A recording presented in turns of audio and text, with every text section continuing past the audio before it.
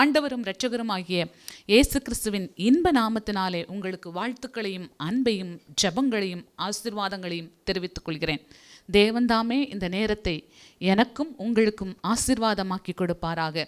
யோனாவிலே சொல்லப்பட்டிருக்கிறது 2ஆம் அதிகாரம் 8ஆம் வசனத்திலே, பொய்யான மாயையை பற்றி கொள்கிறவர்கள் தங்களுக்கு வரும் கிருபையை பொக்கடிக்கிறார்கள். நீங்கள் மாயையை பற்றி கொள்வீர்கள் என்று சொன்னால் காணல் நீர் போல ஆசீர்வாதம் தூரமாக போய்கொண்டே இருக்குது. துரத்தி கொண்டே இருக்கீங்க, பணத்தை துரத்தி கொண்டே இருக்கீங்க, உலகத்தை துரத்தி கொண்டே இருக்கீங்கன்னா பொய்யான மாயையை பின்பற்றுகிறவர்களுக்கு தங்களுக்கு வரும் கிருபையை பொக்கடிக்கிறாங்க.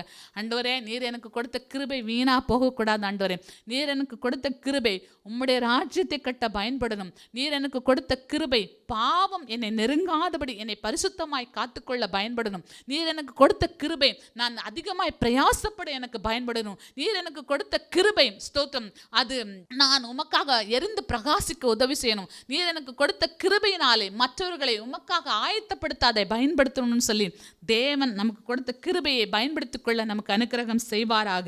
ஸ்தோத்திரம். பேதுருவை குறித்து சொல்லியிருக்கிறது, மனுஷனுக்கு ஏற்றவைகளை பேதுரு சிந்தித்தார் என்று சொல்லியிருக்கிறது. பேதுருவுக்கே இந்த நிலைமைன்னா நம்ம எத்தனை முறை மனிதனுக்கு ஏற்றவைகளை சிந்தித்திருப்போம். மார்க் 8ஆம் அதிகாரம் 33ஆம் வசனத்திலே ஸ்தோத்திரம், இயேசு கிறிஸ்து அங்கே இருந்த எல்லாரையும் குறித்து பார்த்து சொல்லுகிறார், என்னை யார் என்று ஜனங்கள் சொல்லுகிறாங்க? ஒருத்தங்க சொல்கிறாங்க நீர் எலியான்னு சொல்கிறாங்க, ஒருத்தங்க சொல்கிறாங்க நீர் யோவான் ஸ்நானகன்னு சொல்கிறாங்க, ஒருத்தங்க சொல்கிறாங்க நீங்கள் தீர்க்கதரிசிகளில் ஒருவர்னு சொல்கிறாங்க. சரி, எல்லாரும் சொல்லட்டும், நீங்கள் என்னை யாருன்னு சொல்கிறீங்க அப்படின்னு கேட்டாங்க. உடனே பேதுரு முந்திக்கொள்கிறவன் அல்லவா, பேதுரு முந்தினவன். பேதுரு எல்லாவற்றிலையும் முந்திக்கொள்வார், எல்லாவற்றிலையும் சுறுசுறுப்பாக இருப்பார். உடனே பேதுரு சொல்கிறார், நீர் ஜீவனுள்ள தேவனுடைய குமாரனாகிய கிறிஸ்து என்று சொல்லுகிறார். உடனே இயேசு கிறிஸ்து அவனுடைய வெளிப்பாடை குறித்து ரொம்ப சந்தோஷப்படுத்தார். பேதுருவே ஸ்தோத்திரம், நீ பேதுருவா இருக்கிறாய், இந்த வெளிப்பாடு உனக்கு பரலோக தேவனால் கொடுக்கப்பட்டது. ஸ்தோத்திரம், இந்த கல்லின் மேல் என் சபையை கட்டுவேன். ஏன்னா உனக்கு கொடுக்கப்பட்ட இந்த வெளிப்பாட்டின் மேலே சபையை கட்டுவேன். பாதாளத்தின் வாசல்கள் இதை மேற்கொள்ள மாட்டாது. உனக்கு பரலோக வெளிப்பாடு கிடைச்சிருக்கிறது அப்படின்னு இயேசு பாராட்டினார். கொஞ்ச நேரத்தில் இயேசு கிறிஸ்து தம்முடைய சீஷர்களை பார்த்து சொல்கிறார், நான் இப்படியாக பாடுபடணும், இப்படியாக 3ஆம் நாள் மரித்து போவேன், அடக்கம் பண்ணப்படுவேன், 3ஆம் நாள் உயிர் தழுவேன், என்னுடைய இரத்தத்தினால் உண்டாகிய பாவம் மன்னிப்பினாலே அநேகர் ரட்சிக்கப்படுவார்கள் என்று சொல்லி அவர்களோடு உபதேசித்து கொண்டிருக்கிறார். அப்பொழுது பேதுரு இயேசுவை தனியே அழைத்து கொண்டு போய் இதெல்லாம் உங்களுக்கு சம்பவிக்க கூடாது என்று சொல்லி அவரை கடிந்து கொள்ள தொடங்கினானாம். உடனே இயேசு கிறிஸ்து அவனை திரும்பி பார்த்து பேதுருவை நோக்கி, எனக்கு பின்னாக போ சாத்தானே, நீ தேவனுக்கு ஏற்றவைகளை சிந்தியாமல் மனுஷருக்கு ஏற்றவைகளை சிந்திக்கிறாய் என்று சொல்லி அவனை கடிந்து கொண்டார்.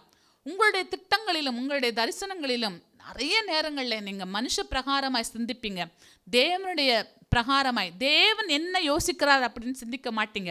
இயேசு சொல்லுகிறார், என்னுடைய நினைவுகள் உன்னுடைய நினைவுகள் அல்ல.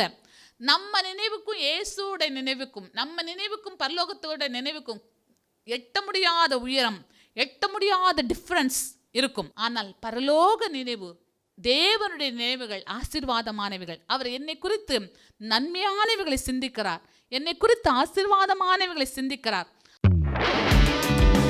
துதியின் கோட்டை ஆலயம் புதிய பேருந்து நிலையம் அருகில், திருநெல்வேலி 620007 தமிழ்நாடு, தென்னிந்தியா. இணையதள முகவரி www.fortopriceministries.org.